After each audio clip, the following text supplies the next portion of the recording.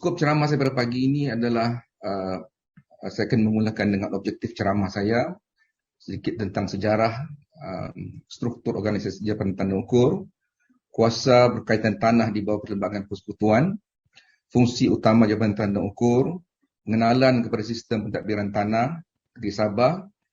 Sedikit saya akan bercakap tentang sistem torrens, undang-undang tanah sebelum Ordinan Tanah Negeri Sabah dikuatkuasakan, pengenalan kepada Ordinan Tanah Sabah, undang-undang lain yang berkaitan, jenis hak milik, ICT dan juga isu dan cabaran yang dihadapi. Objektif ceramah ini adalah untuk mengenal sejarah pentadbiran tanah di Sabah, untuk mengetahui kuasa dan hak pihak berkuasa negeri berkaitan tanah, mengetahui sistem pentadbiran tanah negeri Sabah, menyenaraikan prinsip dan ciri-ciri sistem torrens, dan mengetahui isu dan cabaran dalam pentadbiran tanah di Sabah. Okey, dalam tahun 1877, Baron van Overbeck telah mendapat hak pajakan daripada Sultan Brunei melalui satu perjanjian yang telah ditandatangani pada bulan Disember 1877. Kemudiannya beliau telah menyerahkan hak pajakan ini ataupun menjual hak pajakan ini kepada seorang saudagar yang berbangsa Inggeris, iaitu Albert Den, yang mana selepas itu beliau juga telah mendapat hak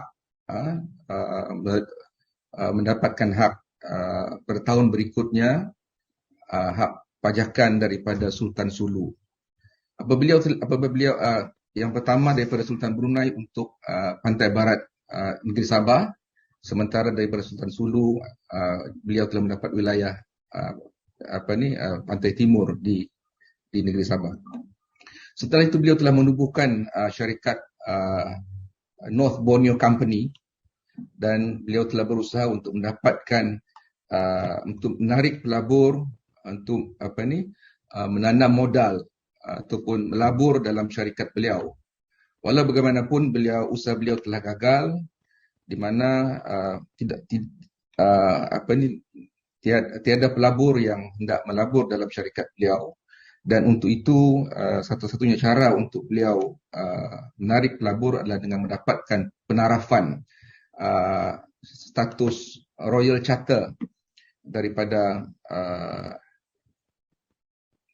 Queen Victoria ataupun kerajaan Britain pada ketika itu. Dan beliau telah mengambil masa yang lama untuk mendapatkan penarafan ini.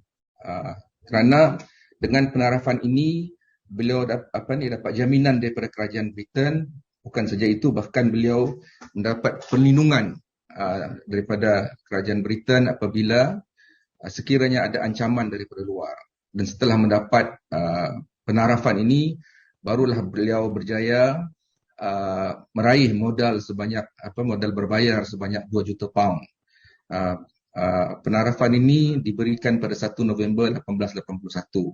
Maka bermulalah sejarah syarikat yang dikenali sebagai British North Borneo Chartered Company pada ketika itu sehinggalah 26 Jun 1946.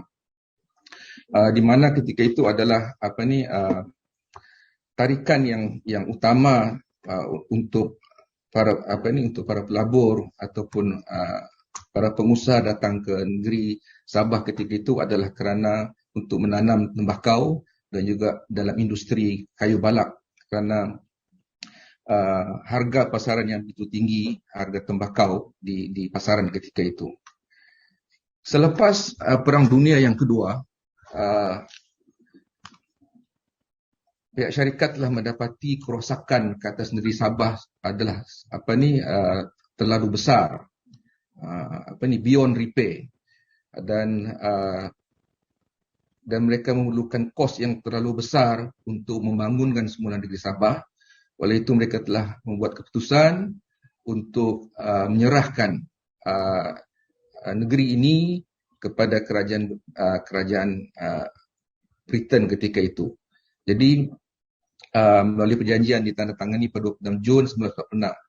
Secara sahnya 15 Julai 1946, Sabah di bawah menjadi salah satu tanah jajahan atau negeri jajahan kerajaan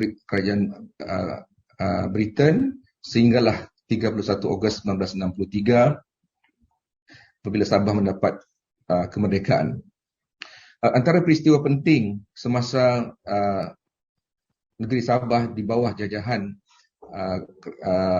kerajaan Britain ini adalah peristiwa pada 16 Oktober 1947 di mana 7 pulau-pulau penyut dan juga pulau-pulau mangsi di perairan Filipina, pulau-pulau kecil ini telah diserah balik kepada kerajaan Filipina. Okey, saya ingin bercerita sedikit tentang asal-usul perkataan Sabah ini. Banyak versi yang kita baca. Salah satu versinya adalah ianya berasal daripada satu spesies pisang yang agak popular di Sabah ni dipanggil pisang Sabah.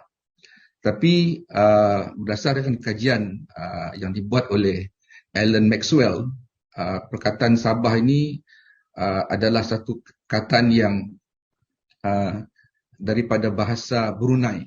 Okey, daripada bahasa Brunei, bahasa Kadaian, dua suku kaum ini. Di dalam perjanjian dalam versi Jawi yang antara Baron von Overbeck dengan Sultan Abdul Mumin yang ditandatangani pada 1877 ni, perkataan Sabah itu dieja sebagai Sabak. Manakala dalam versi dalam terjemahannya dalam bahasa Inggeris ianya ditulis sebagai dengan ejaan Sabah, ada perkataan H di atas. Sementara perkataan Sabah, S-A-B-A ni telah lama wujud dalam manuskrip silsilah raja-raja Brunei. Sabah ini dieja dengan S-A-B-A. Pada kurun yang ke-17, perkataan Sabah ni telah terdapat dalam manuskrip tersebut, di mana Sabah ni merujuk kepada satu wilayah